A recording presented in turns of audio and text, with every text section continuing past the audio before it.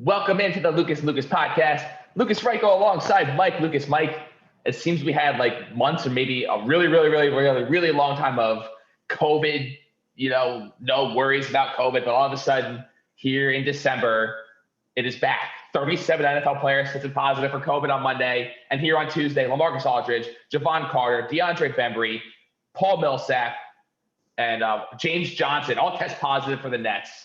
The Bulls have had 2 games postponed. What the hell is happening? How did this happen? Is this all Omicron or whatever you call it? I mean, this is unbelievable. The vaccine. I mean, I'm vaccinated, triple vaccinated now. And man, it seems like there's no end in sight to this crap.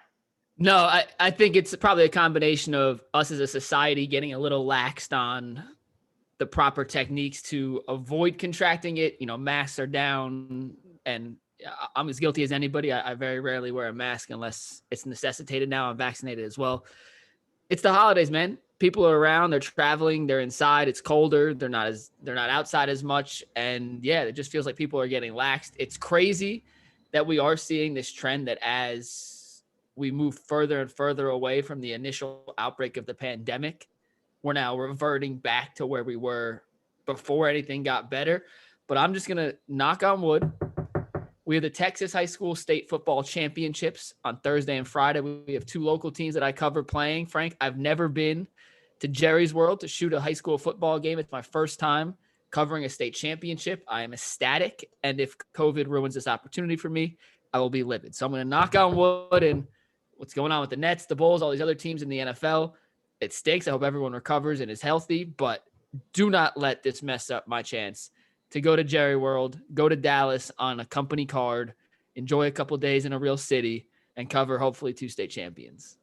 There is nothing more exciting as a local sports anchor than seeing a team getting the chance to play for a state championship. It is undoubtedly the most exciting thing, that you can do. Either way, the great thing for the Nets, though, is that Shams reported on Monday in a tweet in the morning that the Nets have renewed optimism that Kyrie Irving will return to the team. And Mike, when I heard this, my inclination is to be like, it's total crap. Unless the Nets are willing to admit or walk back their part-time player stance, or unless Kyrie is like warming up to the idea to get the vaccine, I don't even know what to make of this. Unless he was seen on Instagram on Tuesday morning putting on basketball shoes. So I don't know what the hell to make. I don't know if he's just trolling or what the hell is going on there. What do you make of this? Because I listened to Shams. He was on another Brooklyn Nets podcast. I don't know. Like it's his whole like report seems like it's based on absolutely nothing. Like the players are like excited about wanting him to play again. Like that's great. But that doesn't solve our problems here, right? I mean, do you actually believe that there's like this that he's training towards returning, and how in the world is that going to happen? I mean, we talked last week, and I did say I did believe that Kyrie would come back before the end of the season. So I always thought this was in the makings at some point. It seems to be progressing a little faster than even I had projected. But Shams' report, Frank, is based off nothing. It's based off player optimism. It's based off Kevin Durant telling him or whoever's telling Shams, yeah, we think Kyrie's going to come back at some point. So is it a definitive? How? I need to know how. Because they're the ones talking to Kyrie, and whether or not they're misreading Kyrie, I think Kyrie's an impossible book. He's like reading a textbook in Cam Newton's text. It's hieroglyphics. Like it's impossible to truly decipher what Kyrie Irving is trying to say. But if anyone can do it, it's the guys he's closest with, aka Kevin Durant, his other teammates, Joe Harris, stuff like that. So if anyone is going to portray optimism about Kyrie returning, I would trust the instincts of the guys who are talking to him on a regular basis and the guys who know Kyrie Irving better than you or I do, Frank. I mean, I saw him play in high school, but that's about as close to Kyrie Irving as I've ever actually physically come. I don't know if you've ever interviewed him or had a conversation with Kyrie, so it's impossible for us on the outside to read him. I'm just going off what players who do know Kyrie and do have regular communication with him are telling a reporter like Shams, who puts out that report, which, yeah, it is based on nothing, but I'll take the positive nothing over the negative void of any information. I'm glad to know, whether it's true or not, I'm glad to know the Nets players are optimistic that Kyrie may return over us having to speculate on a weekly basis, what does this post from Kyrie mean? He's at the Seton Hall game. He's doing this. He's doing that. He's posting art. He's starting a clothing brand. I like to know that at least the players have the optimism that their third or second best player will return, because that is the closest insight to Kyrie Irving we can get at this point. Your excitement is so out of line. I'm not saying he's. I'm not. Hold on. Hang on. Hold on. Stop. I'm not saying he's coming back tomorrow. I'm just saying I feel a little better today or yesterday when the report came out than I did last week when I said I still thought he would come back. I just like to see other people be optimistic like myself. I'm a glass half full guy, Frank. You're a glass half empty guy. That's why this podcast worked together. We're one full glass of water. You're the negative side. I'm the positive side. Let's hear the negative side of this report. The only way I would have ever remotely gotten excited about this is if they said the report was Shams retweets that Kyrie Irving is warming up to the idea of getting vaccinated so he can return to play, or the Nets as a team, as an organization, Joe Tsai is walking back this whole part-time player not wanting a part-time player around the team.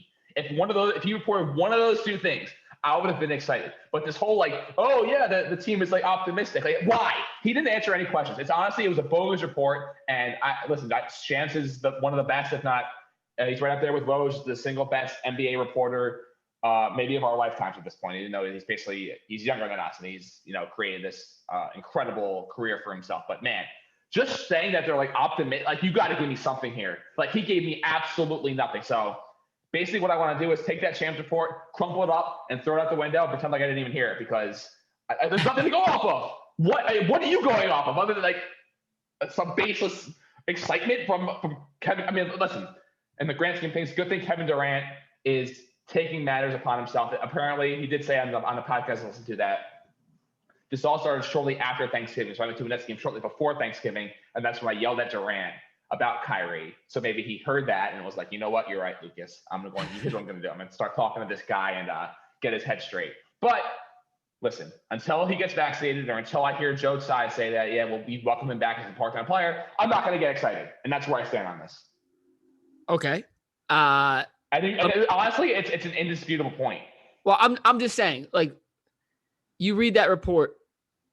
The report didn't say Kyrie's coming back next week. It just said players are optimistic that he will return at some point. So like, what were they previously? Was it like he's not coming back at all? So we went maybe, and we don't know. So that's why you take this little nugget as a good sign. There's no way to turn this little nugget from Shams as a bad thing.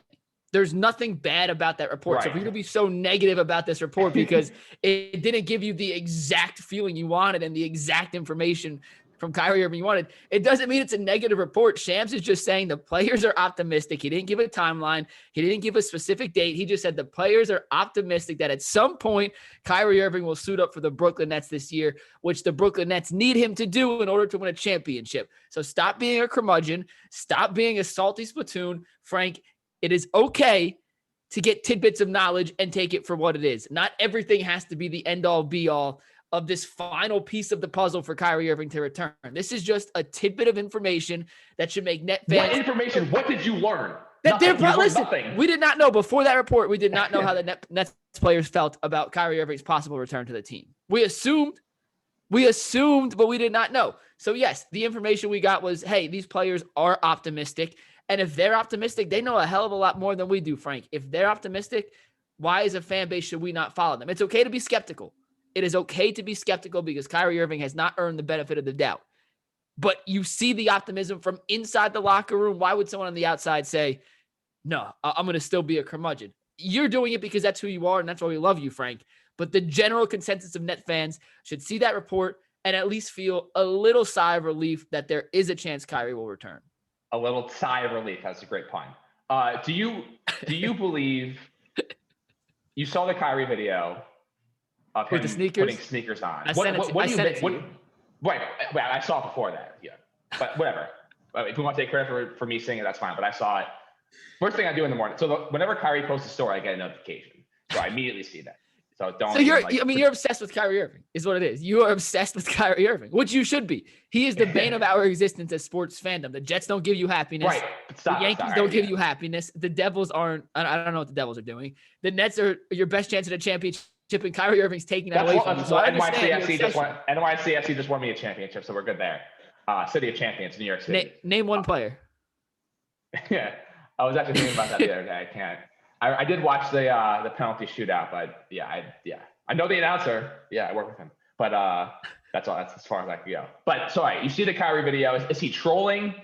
What do you make of that? Him just putting basketball shoes on. What is your reaction to seeing him do that? I think it's probably a little bit of a troll. I think it's also a little bit of a reassurance that, hey, he's staying in basketball shape. It's not like he's just completely given up on being a good basketball player. Putting on shoes means nothing. I mean, I could take a video of me putting. You could take a video right now of the same thing Kyrie Irving did, and we all have seen you shoot a basketball. We know that's not going in, despite the fact that you could take that video and put your shoes on the right way 10 out of 10 times. So I don't look too much into that as far as Kyrie doing anything cryptic, but I think Kyrie posts everything purposefully.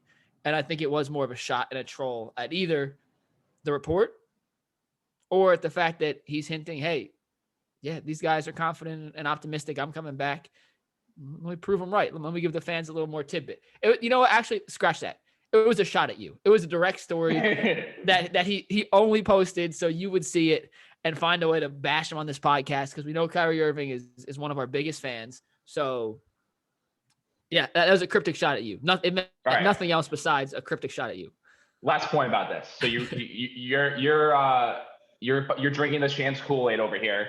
So I would, but did I not say last week? Let me ask my question. Did I not say last week I thought he was coming back? So you're drinking the Kool-Aid from Shams. So when under what circumstances does Kyrie return? If you're drinking the Kool-Aid over here, so you think it's going to happen, how does it happen? Does he get vaccinated? Do the Nets allow him to play in road games, not in California and Madison Square Garden?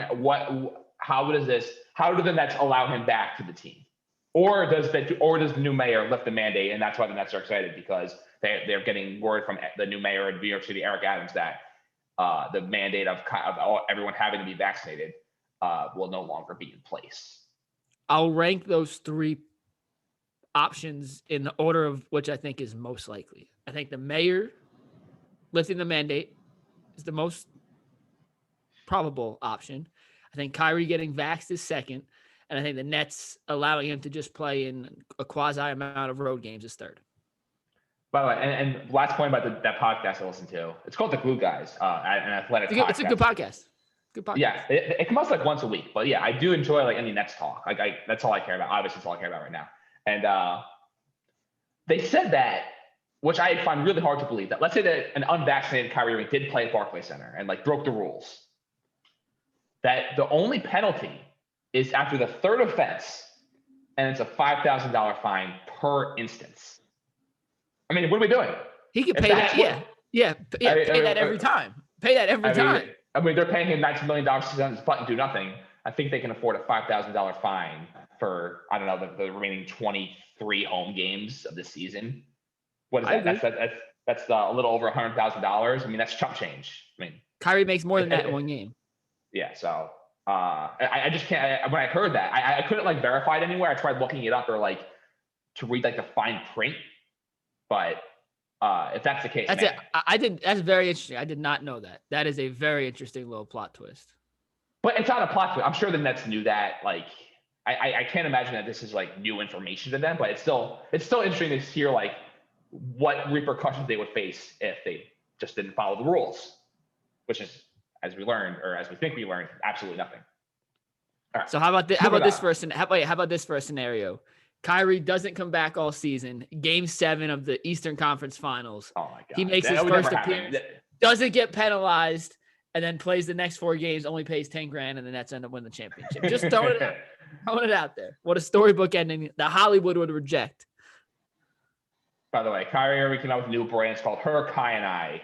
I went to the website just to see like what things sell for, and like they sell like hoodies and sweatpants, minimum $120, and you can buy socks for $35. And that is the Her, Kai, and I brand. Go out and support. But moving on to Nets on the court here. Kevin Durant scored 51 points on Sunday. It was the top story of the day. Screw the NFL. It was incredible. He's amazing. Durant after the game was like, you saw the video of him talking to Cam Thomas. He's like, that was light work. I think Kevin Durant's that pull-up mid-range jumper is the single most lethal shot in the history of the NBA. He never misses it, and it is money every single time. It's the most unstoppable shot in the history of the league. Am I right? Am I wrong? I think it is in the conversation. I'm just too young to remember like the skyhook, but the skyhook allegedly was unguardable. Nowitzki's fadeaway from the post was untouchable. Durant's the best scoring forward in the history of basketball, maybe the best scoring player in the history of basketball, and that's his best, most unguardable shot. So it's definitely up there in the conversation. Yeah, I mean, those are the three things that come to my mind immediately is just unguardable plays or unguardable shots is Durant's mid-range pull-up, the skyhook, and then Dirk Nowitzki, that little one-leg fadeaway from the post, seemingly never missed it. But Durant making 51 points look easy is a testament to how just stupid good he is and how we take it for granted how easily he makes scoring 30 points look. I mean, he's for his career, Frank, look it up real quick, but what's his career point per game average? It's got to be 27, 28. For his career, he's been in the league since 2007, so this is year 14, 15. And you look at a guy like 27.1 points per game. You look at a guy like LeBron, and LeBron is going to go down as the all-time greatest scorer or not the greatest scorer, but the most points in NBA history. And LeBron never really makes scoring look easy. He doesn't make it look difficult. 27 points per game for LeBron. Yeah, and that's gone down the last couple of years. This season, year 19. But LeBron, even at his peak, like scoring wasn't necessarily – he didn't make it look easy. It was easy, but it was always driving, getting contact, like just being stronger and more physical than guys. You know, he wasn't a great shooter. Durant makes it look effortless. It looks like Durant, without breaking a sweat, could walk into a gym against Scottie Pippen and the greatest defensive team ever and put up 30 points. He can handle. He can move. It never looks like he's in. All right, let me put it this way. When LeBron was at his peak scoring-wise, he was head down, 100 miles per hour, barreling to the lane and finishing around contact. Most people can't do that. Does it ever look like Durant sprinting? Ever? I mean, it looks like he's in half speed at all times, and no one can catch up to him. He's so long. He's so crafty. He's so skilled. He's so athletic, and he's so just talented and precise with every little movement that it looks like he doesn't break a sweat. And for him to score 51 points and say it's light work, I believe him. Like, I believe him. If the game was long, he could have had 80. Like, it's unbelievable what he does on a nightly basis. And Frankel, I've said it before on Twitter. I've said it before on Instagram. I've said it here. I can't imagine rooting for a team that doesn't have Kevin Durant. He's that much fun to watch. It is such a blessing. And honestly, you cannot take it for granted. That's why I watch every single game, or at least I try to watch every single game from and just to appreciate that this player is on this team that we root for. It is a real treat. And I'm so grateful that he is here. Bill Simmons said the other day that he's the 9th best player of all time. The 9th. Like right now, the 9th. Frank, we're watching one of the 10 best players in league history on our favorite team do things that we've never seen anyone in a Nets uniform do before. I don't get them every day. When they're on national TV and I can watch, I make it appointment television. But it is so fun to watch. And all my other teams suck at offense. For whatever reason, I can't like teams that are good at offense. And then I have Kevin Durant, who's the single greatest offensive weapon in NBA history. So to get Durant, the Giants, A&M, and all my other teams had to suck, but it is worth it. It is worth it offensively. So here's the list of players that have averaged 27 points per game for their entire careers. It's like Elgin 6 Baylor, guys, right? It's like 6 guys. Will Chamberlain, Jerry West, Michael Jordan, KD, and LeBron is there right now. We'll see if they can maintain that, but there's 6 guys in the history of the league that for their careers have averaged either 27 or more points per game. And that's the list. 6 guys. And we'll see if LeBron can. LeBron's been on it. I think LeBron might be LeBron's motivated by 2 things: to be a member of the 27 point per game club and to play with his son. Those are the only 2 things that are fueling LeBron. And if he continues to try to pursue the idea of playing with his son, then that 27 points per game thing will be put in real jeopardy because he's really, really getting up there. But when he's been playing of late, he has been an absolute monster. So tonight, Steph Curry is going to break the 3-point record at MSG, assuming he does not test positive for COVID. No, I mean, you laugh, but I'm laughing because it sounds so crazy to say now, but you're absolutely 1,000% right. No, it could easily. It's not funny. It's just funny to hear it out loud. How perfect is it that this is going to happen in MSG? The Knicks were one pick away from drafting Steph Curry. And when Steph Curry went off the board, I believe at number 8, and the Knicks were drafting 9th, and the Knicks drafted Jordan Hill. Yeah, that's all you need to know about that. It was 7th and 8th, though. Steph went 7th and 8th. So 8th was Jordan Hill, 7th was Steph Curry. The Knicks were one pick away, and now he's going to go to Madison Square Garden and break the record in front of that crowd at Madison Square Garden. How amazing is that going to be? It's going to be awesome. It's so hard not to like Steph Curry that I hope MSG boos him until he breaks the record, and then when he breaks it, you go absolutely buck wild for him. I hate how the conversation around Steph right now, though, is Steph, like, when he breaks Ray Allen's record, will he be the best three-point shooter ever? He's been the best three-point shooter ever for the last decade, okay? Like, let's end the narrative that he hasn't been the best three-point shooter in the league since at least 2013. He was already the best three-point shooter the league has ever seen at that point. He's only gotten better. So I'm happy for Steph. He was super, super nice to me when I interviewed him. I've always just loved the way he plays as a guy, an undersized guard who chucked threes. Like, Steph was always kind of the model and the hero of what I wanted to be on a basketball court, and was never, ever, ever even anywhere near athletic enough or good enough to do that. But man, I'm excited for him, and I'm excited for the atmosphere at MSG. I hope he gets the love he deserves when he breaks the record, but I also hope MSG gives him hell until he hits that third three. So he actually only he's one away from tying and 2 away. Oh, he's one from okay. Then the second three. Sorry. So Steph's going to break the record. He's probably got, I don't know, he's only 32, 33 years old. So he's got a lot of years left. But so you look at the evolution of the NBA here. Obviously, Steph transcended the game. He's one of the most transcendent talents in the history of the league. But I think that there's a pretty solid chance that someone, well, it might even be like a Trae Young, who's still really, really young, who ends up breaking that record, just because the volume. Steph kind of started it, but wasn't really there for like the most prolific 3-point shooting, which is why I think that there's a chance that this record won't be his for like the rest of the time. This isn't, Cy Young winning 511 games. This isn't like an extremely unbreakable record that will be his for the rest of his life. No, I agree. No, I don't think that's crazy. I do think Steph, though, with the ability to play 6, 7, 8 more years and just be a spot-up shooter late in his career, like, he's going to build a hell of a barrier between him, Ray Allen, and whoever's next. And I also think there will be at some point, and I don't know when it'll be, a reverberation. 4-point shot. A 4-point shot, but also a fact that we're going to start seeing less threes. At some point, you see peaks and valleys. You think really? Okay. You see peaks and valleys in the league, in the history of all leagues, where passing goes way up in the NFL, and then, hey, power running game comes back, and it waves. And the same thing with post play. There's no post play in the league right now, and it's going to take a couple post guys to come back and prove that that's a capable, valuable way of winning, for the league to trend set back towards maybe shooting a couple less threes a game. But yeah, I don't think it's crazy to think that a guy who we don't even know right now could end up breaking Steph's record, because everyone at a younger age is trying to shoot like Steph. It's going to take someone who works incredibly hard and stay healthy and be successful to break the record. But yeah, I don't think it's impossible with the way basketball is played now, where teams are shooting 45, 50 threes a game. It's insane how many threes are getting put up. But Steph Curry is going to build a hell of a gap between Ray Allen and him, and then whoever's next to him when he's said and done, because that record is going to be broken tonight, and he's got at least 75% of a decade to build onto that lead. So a couple more topics before we go. First off, Urban Meyer is now 2-11 with the Jaguars. We're seeing the horrific reports about how he's fighting with players, calling assistant coaches losers, asking them to defend their resumes. Wait, do you know how many losses Urban Meyer had in his entire career at Ohio State? 9. Okay. 9. Just making but sure.